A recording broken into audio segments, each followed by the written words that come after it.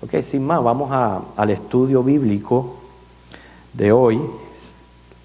Seguimos en Primera de Corintios, capítulo 15.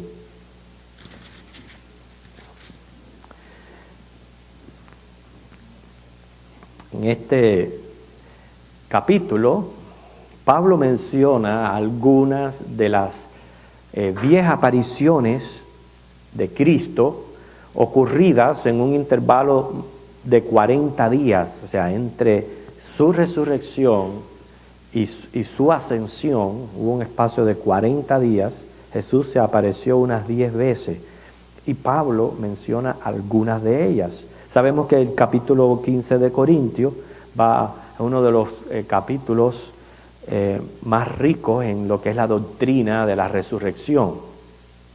Y sin embargo, comienza primero con el Evangelio y inmediatamente presenta el tema de las apariciones, lo cual es sumamente importante. A veces, no sé si los cristianos le damos la importancia que meritan estas apariciones de Jesús, pero son muy relevantes en cuanto a nuestra fe. Primero, sirven como evidencia de la genuinidad de la resurrección de Cristo. Nosotros sabemos que la esperanza de nuestra resurrección está basada en la de Cristo. Fíjense, si vamos a Efesios, capítulo 2, versículo 4 al 6, Efesios 2, del 4 al 6,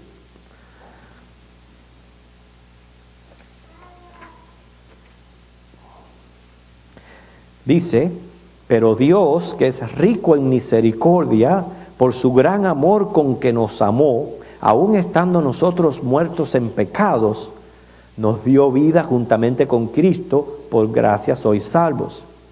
Y juntamente con Él nos resucitó. Ahí es donde está la esperanza de nosotros, que en Cristo, en la resurrección de Cristo. Ya Él nos resucitó, en el sentido, está garantizada ya que nos vamos a levantar de entre los muertos. Dice: y asimismo nos hizo sentar en los lugares celestiales con Cristo Jesús. Así que las evidencias, las apariciones sirven como evidencia de la genuinidad de la resurrección de Cristo, pero también sirven como modelo del cuerpo con el cual vamos a resucitar. Esa es otra de las importancias que tiene y mucha relación con el capítulo 15 de Corintios.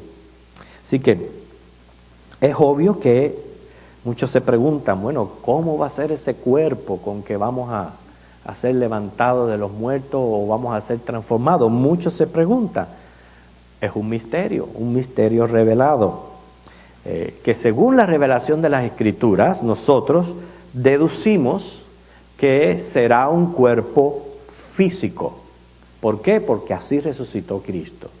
Y tenemos que ir a las Escrituras para corroborar esto. Filipenses capítulo 3, voy a mencionar algunas citas, solamente señalar lo que dice el versículo conveniente al tema, para que la anoten, pero no las vamos a leer todas. Filipenses 3:21, ese sí lo vamos a leer. Filipenses 3:21 dice: el cual transformará el cuerpo de la humillación nuestra, para que sea semejante al cuerpo de la gloria suya, por el poder con el cual puede también sujetar a sí mismo todas las cosas. O sea, ese cuerpo va a ser semejante, dice, al cuerpo de la gloria suya. Romanos 8:29 al 30 dice que vamos a ser hechos conforme a la imagen de su Hijo. Primera de Juan 3:2 dice: no se ha manifestado lo que hemos de ser, pero sabemos que cuando Él se manifieste, seremos semejantes a Él, porque le veremos tal como Él es. ¿Cómo resucitó Cristo? Cristo resucitó con un cuerpo físico. Cristo no era un fantasma. Su cuerpo era material. Su cuerpo era de carne y de hueso. Precisamente contra esta verdad se dice que existe el docetismo. Vamos a mencionar algunas de estas teorías o filosofías que le ha hecho mucho daño a la iglesia y ha engañado la mente de muchas personas con estas creencias. El docetismo es una doctrina que apareció a los finales del primer siglo de la era cristiana.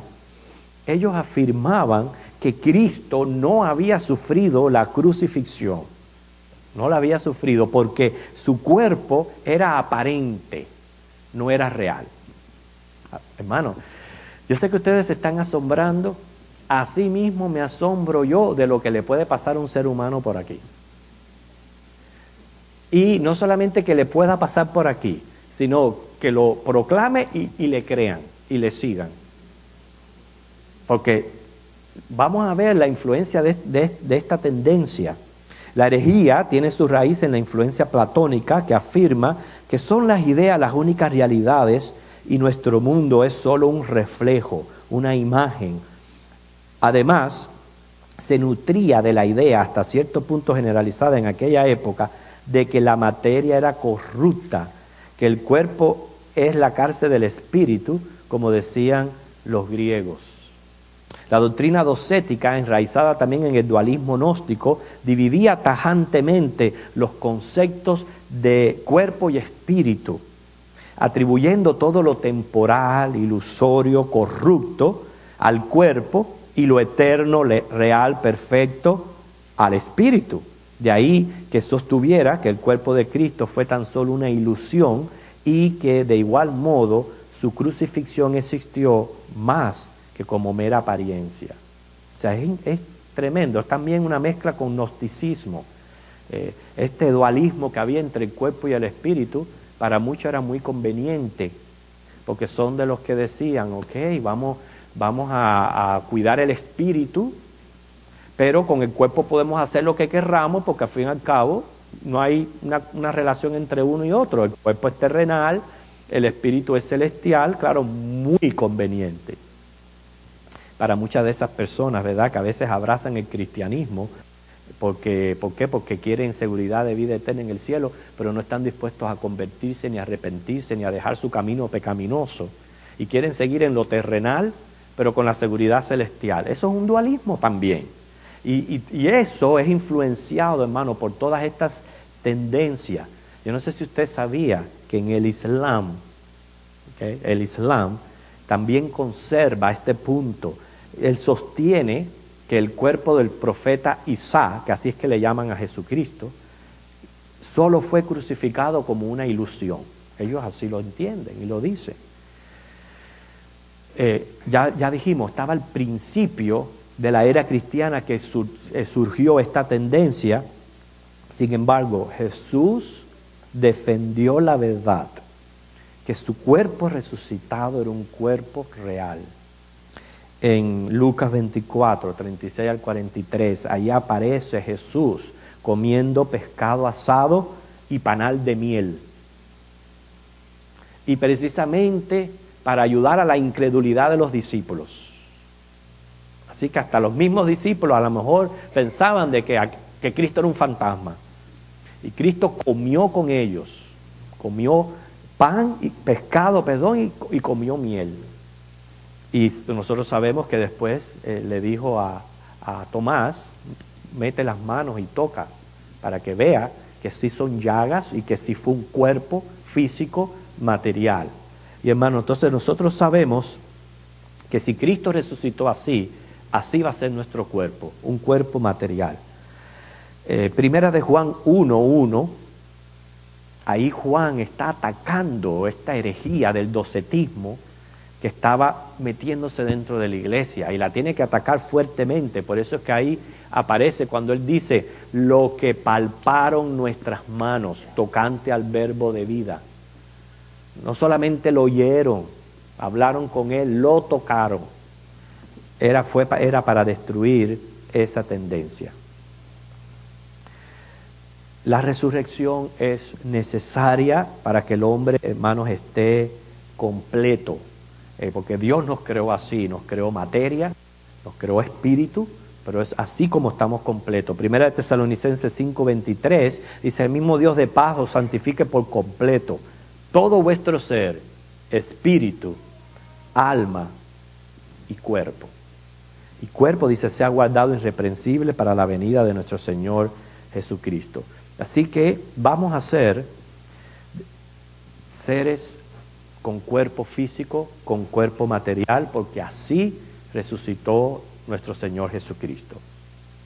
Pero lo segundo que deducimos es que vamos a ser seres espirituales, porque así nos creó Dios. Dios nos creó a imagen de Dios. ¿Por qué pensar que en la nueva vida, en la resurrección, vamos a tener otro tipo de compostura? Si Dios nos creó desde un principio hombres del polvo y dándonos el aliento de vida, dándonos el espíritu. Así fue que Dios nos creó. Por ejemplo, Adán primero fue formado del polvo y después recibió el aliento de vida. Ahí en Primera de Corintios, que es nuestro texto, ahí en el capítulo 15, los versículos 45 al 48, habla acerca de esta realidad. Primera de Corintios 15, 45 al 48.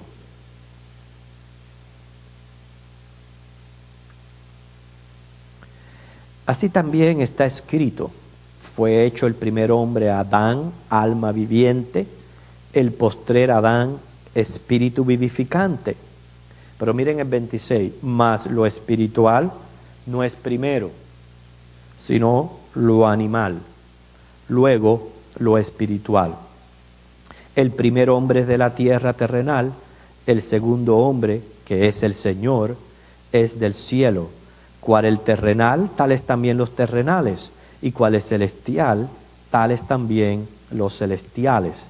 Ya Pablo está preparando a los corintios para que sepan que sí, va a ser un cuerpo material, físico, porque así resucitó Cristo, va a ser un cuerpo espiritual, porque ese es el alma nuestra, así nos creó Dios, pero sí va a ser un cuerpo diferente al que nosotros estamos experimentando, o sea, diferente en cuanto a lo que es la parte espiritual.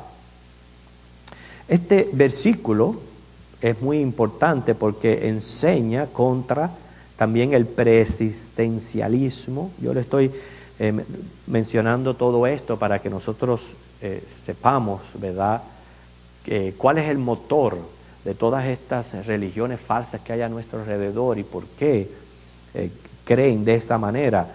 El preexistencialismo dice que las almas de todos los hombres fueron creadas en el principio. Ahí es donde inclusive usan la Biblia para decir que desde antes de la fundación del mundo ya Dios nos había creado, pero después esas almas fueron confinadas a cuerpos físicos.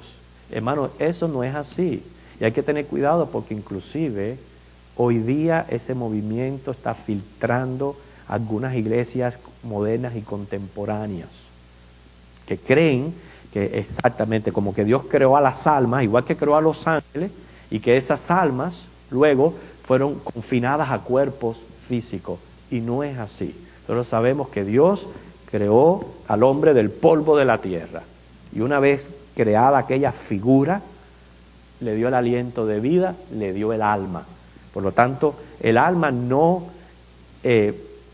precede al cuerpo, ni existió antes del cuerpo. En el momento de la concepción, ahí el hombre viene a ser un ser completo en su cuerpo y en su alma. Existe también el traducianismo. ¿Había escuchado usted de estas tendencias? El traducianismo es el que dice que el alma es transmitida por generación natural, de la misma manera que es el cuerpo. O sea que nosotros venimos generando el alma, ¿verdad?, de los seres antepasados. Completamente absurdo. El Señor nos creó seres individuales, seres personales, con una identidad personal ante Él.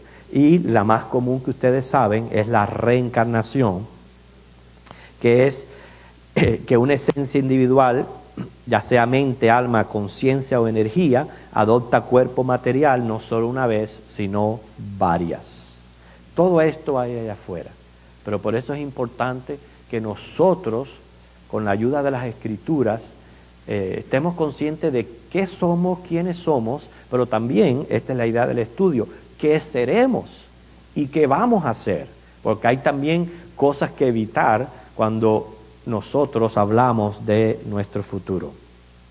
Fíjense, en cuanto, aquí hablando ya, ¿por qué Pablo habla del primer hombre, el segundo hombre? Que sabemos que el segundo hombre o el segundo Adán es Cristo, pero Cristo nos está representando a nosotros los creyentes. Lo que le sucedió a Cristo nos va a suceder a nosotros. Cuando habla de lo espiritual, el primer hombre fue que tuvo una naturaleza, así fue Adán y Eva. Ellos tuvieron naturaleza espiritual. Cuando yo digo naturaleza, no estoy hablando de compostura, sino la tendencia. Ya vamos a hablar de lo que es aspecto espiritual y la relación con el pecado.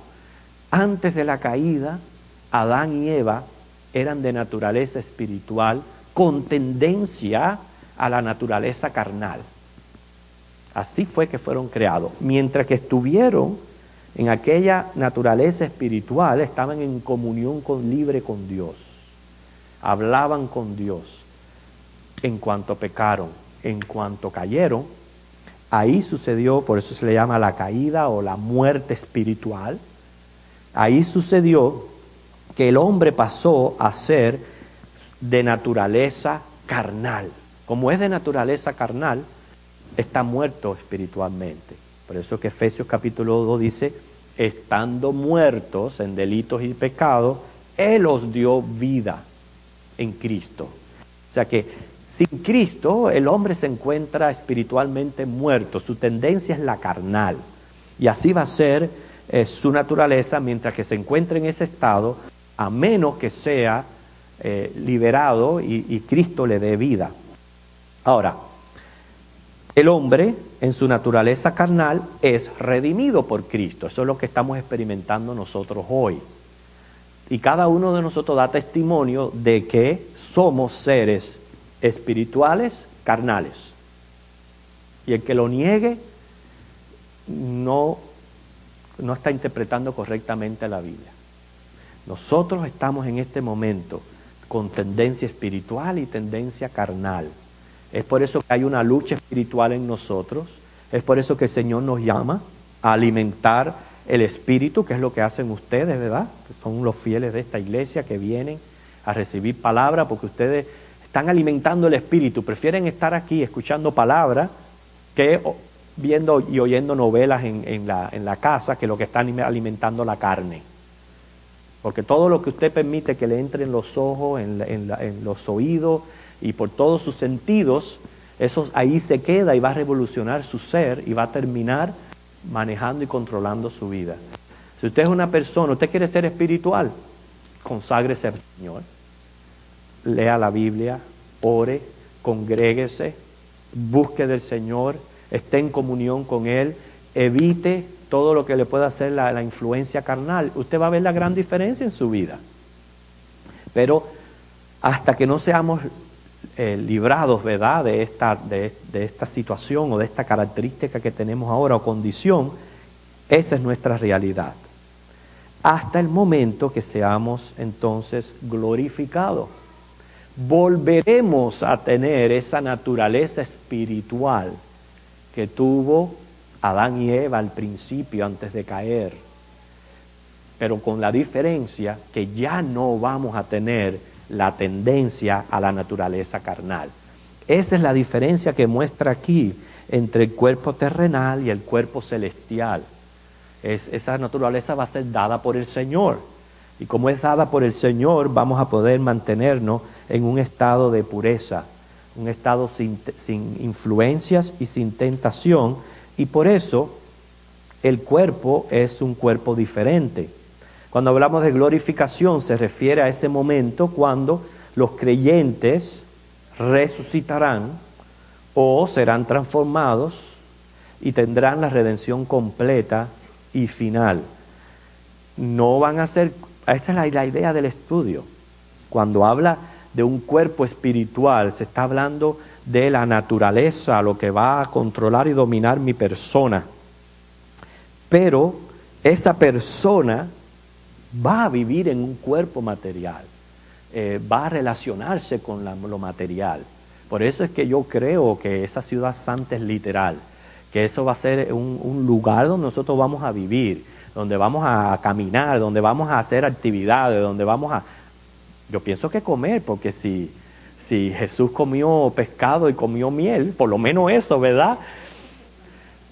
El caso es, no vamos a ser seres angélicos, espirituales, vamos a ser seres humanos con una identidad humana como el Señor nos las da, pero con un cuerpo glorificado, un cuerpo diferente. Por eso que deducimos que va a ser un cuerpo adaptado al nuevo estado. Y todo lo que tenemos que hacer es fijarnos en Jesús, porque recuerden, Jesús, siendo eternamente Dios, coigual al Padre, llegó el momento en que Él se humanó, Él encarnó, Él tomó la forma humana, nuestra forma. Ese es uno dentro de la kenosis de Jesús, para mí,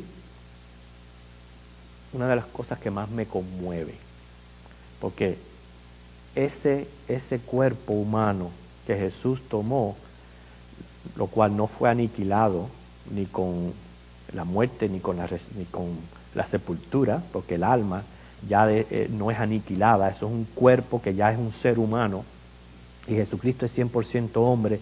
Hermano, Él tomó esa figura ya por la eternidad. Fíjense, de ser en forma de Dios, venir a tomar una figura humana, no por el espacio de tiempo que duró el plan de salvación o de redención, sino ya por la eternidad. Y por eso es que nosotros le podemos llamar a Él hermano, por eso le vamos a ver cara a cara, vamos a hablar con Él, vamos a conocerle, ¿verdad? Como Él es. Y nosotros no podemos pensar que vamos a experimentar otra cosa diferente al Jesús 100% hombre. Obviamente, Él es Dios, Él hace la gran diferencia, nosotros no somos dioses. La glorificación no se trata de una deificación. Deificación es un proceso hacia la divinidad. No, nosotros no vamos a ser divinos en los cielos. No, nosotros no lo vamos a saber todo en los cielos. Nosotros vamos a estar perfectamente adaptados a todo eso que el Señor tiene preparado para nosotros. Por eso habla de un cuerpo incorrupto, 1 Corintios 15, 42. Fíjense que dice, así también es la resurrección de los muertos, se siembra en corrupción, resucitará en incorrupción, será espiritual, ya hablamos ya que no es ausencia de la materia, sino la tendencia. Va a ser un cuerpo que va a tener otros apetitos. Y fíjense si es así, que según Marcos capítulo 12, versículo 25, vamos a ser asexuales, como son los ángeles en ese aspecto. Quiere decir, todo aspecto sexual de la vida del ser humano ya es eliminada. No quiere decir que el sexo sea malo. Lo que está diciendo el Señor es, como el sexo es para la reproducción y para yo formar mi pueblo, una vez que el pueblo está formado, ya el sexo no tiene fin. Ya ahí acaban relaciones matrimoniales, relaciones de esa índole, de familia. Nosotros vamos a ser asexuales. Eso inclusive me enseña a mí, hermanos. Déjame decirte que este aspecto de la sexología es una de las causas de más pecado y más graves consecuencias en la vida del ser humano, que más destruye. ¿Por qué? Porque la gente piensa que la vida se trata de eso nada más. Y no es así. En la vida hay otras cosas que hacen que también uno se sienta completo y satisfecho. Y eso lo vamos a experimentar en ese cuerpo glorificado que vamos a recibir del Señor. Ahora, pero también surge una pregunta. ya con esto yo termino. Sabemos que Adán y Eva tuvieron un cuerpo espiritual con una tendencia carnal. Ellos no habían experimentado lo carnal hasta que pecaron. Cuando pecaron, murieron espiritualmente. Se convirtió el hombre en un agente carnal. Está en ese estado hasta el momento que es redimido por Cristo. Cuando es redimido, por eso se habla del nuevo nacimiento, la regeneración, el nacer del Espíritu, porque entonces aquel ser humano vuelve a nacer espiritualmente, se vuelve a su relación con Dios.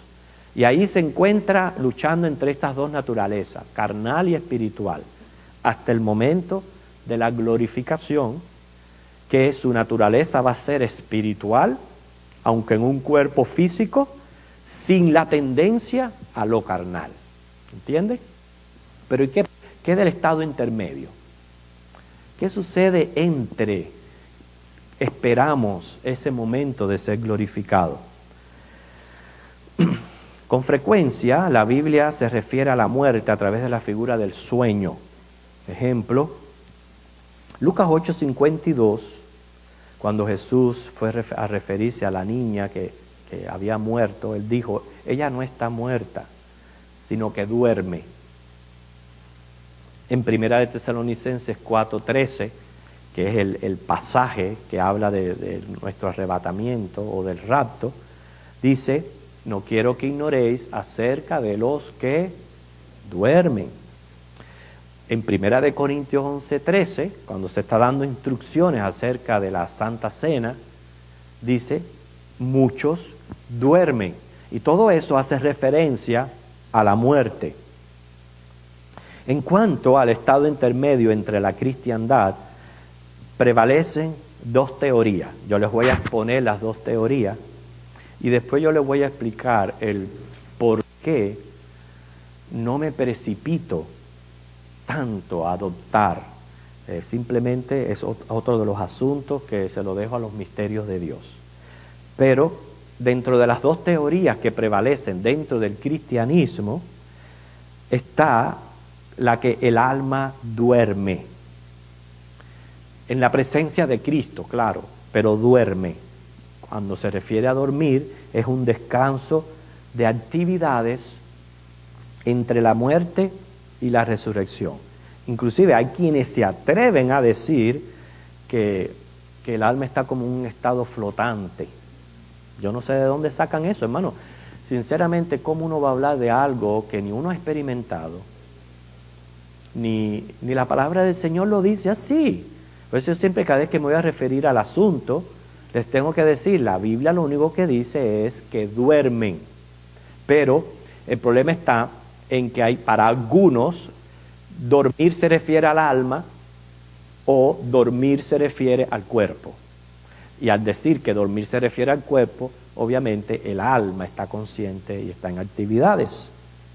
Pero bueno, dentro de la primera teoría, los que afirman así decir que el alma está en un descanso, obvio en la presencia del Señor, pero en un descanso, dice que cuando el cuerpo resucite de los muertos, el alma despertará para continuar su conciencia personal en el cielo, que aunque pasen siglos, esa alma durmiente no tendrá ninguna conciencia del paso del tiempo. O sea, la transición le va a parecer instantánea. Esa es mi tendencia, esa es mi manera. ¿Por qué? Porque la Biblia habla de muerte. Pero después les voy a decir el por qué pienso más afirmativamente que esta es la correcta. Hay quienes piensan que el alma es glorificada en el momento de la muerte y que dormir se refiere al cuerpo y no al espíritu.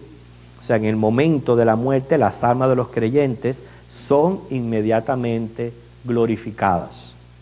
O sea, son hechas perfectas en santidad y entran inmediatamente en la gloria.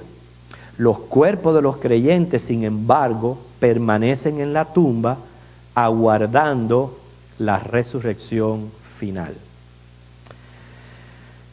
Para mí, ya con esto yo quiero terminar, que yo pienso, a pesar de que puede ser un misterio y no tiene que lo que yo voy a decir ser dogmático, pero la evidencia más fuerte que yo tengo para creer que el alma va a la presencia de Cristo y duerme, o sea, descansa de actividades, primeramente es porque Jesús, cuando Él ascendió, dice que Él subió, bajó al Hades. Y dice el Salmo, Dios no dejó su alma en el Hades. Él subió al cielo, pero hermano, Él subió con un cuerpo. Jesús no dejó el cuerpo en la tumba y se fue en el espíritu para allá arriba. No, Él se fue, Él ascendió, pero ascendió con un cuerpo. Entonces, si eso fue lo que Jesús hizo y experimentó, ¿qué me hace a mí pensar que va a ocurrir algo diferente con el creyente? ¿Acaso no es mejor pensar en base a que Cristo resucitó y en cuerpo ascendió, creer, como dice 1 Tesalonicenses 4, que los muertos en Cristo resucitarán primero y luego nosotros seremos transformados y juntos seremos llevados en el aire hacia el cielo? Para mí concuerda más con la experiencia de Jesús. Por eso uno no puede precipitarse inmediatamente a decir qué es lo que le está pasando al alma. Otra de las cosas también es, nosotros no somos seres materialistas.